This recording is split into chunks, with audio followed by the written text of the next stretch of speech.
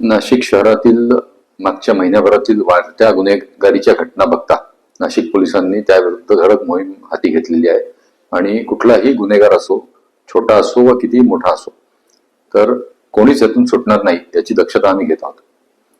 आम्ही वेगवेगळ्या प्रकारच्या मोहीम हातात घेतलेल्या आहेत. म्हणजे ते टवाळखोर मोहीम असेल किंवा ज्या ठिकाणी अवैध मद्य विक्री होते ती टपऱ्या पाडणं असेल किंवा प्रिव्हेंटिव्ह ऍक्शन घेणं, जे रेकॉर्डवरचे गुन्हेगार असतील, गँगस्टर्स असतील किंवा जे मोठे काही गुन्हेगार आहेत की ज्यांनी मागच्या काही फायरिंगच्या इन्सिडेंट्स मध्ये त्यांची नावं निष्पन्न झालेली आहेत, तर त्या सगळ्यांच्या मागे आम्ही लागलेलो आहे.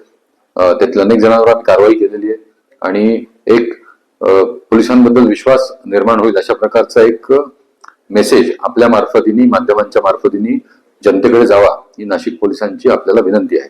माझे पूर्ण नाशिक मधील नागरिकांना आव्हान आहे की पोलिसांवर विश्वास ठेवा.